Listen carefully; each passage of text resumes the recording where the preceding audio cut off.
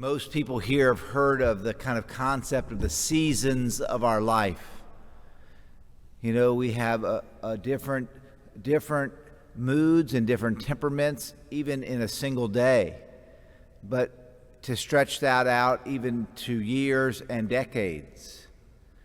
I remember shortly after I became a priest, I met a woman whose daughter had died in a car accident. And she had done a visual biography, autobiography, and in it had these different seasons in her life, and she had a long stretch, and it was a desert. And she said, "This was the decade after my daughter died," and everything else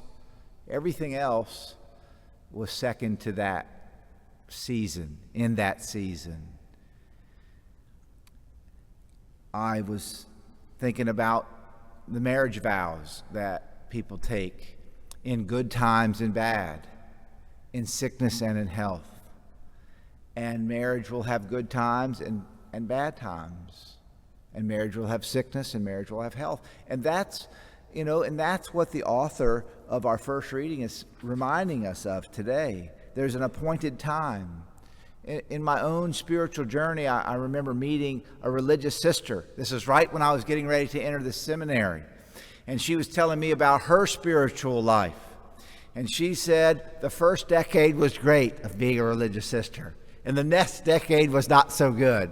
And still, at this point, this is 30 years ago, thinking decades, how do you measure your life by decades, But that's how she was reflecting on these seasons in her life.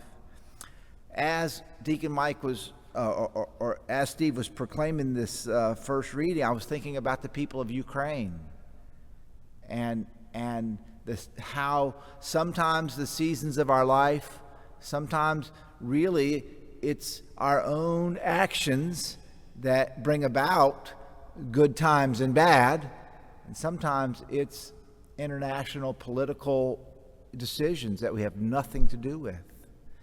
And that is more or less, the point, and my point to you all is this.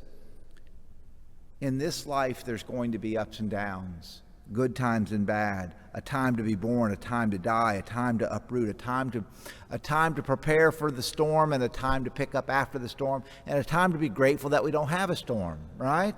And all of those are going to be part of our lives. And so we face that with Christ.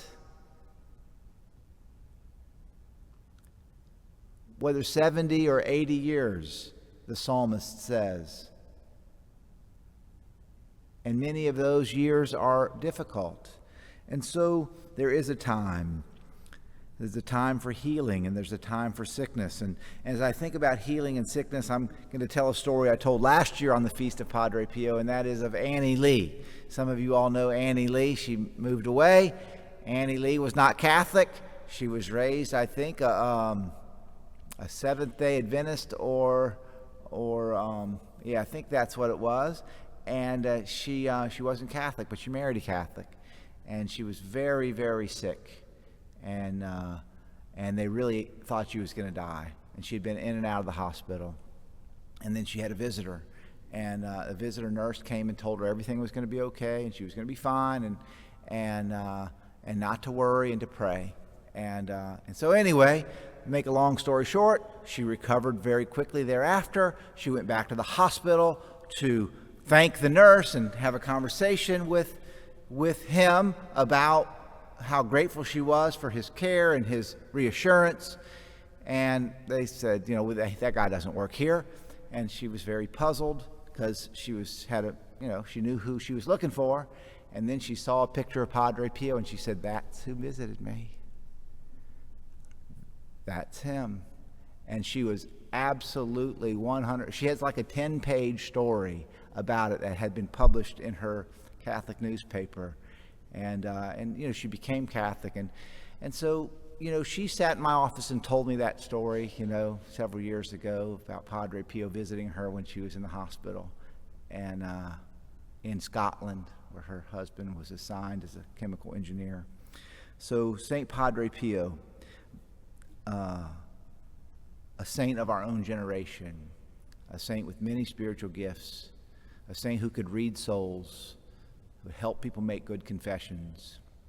And so we pray that God would raise up for his church, many saints. And we also pray that in every season of our life, whether a season of sickness, a season of difficulty, that we would be capable of anticipating the good times and the difficult times and be prepared for the bad times when things are good.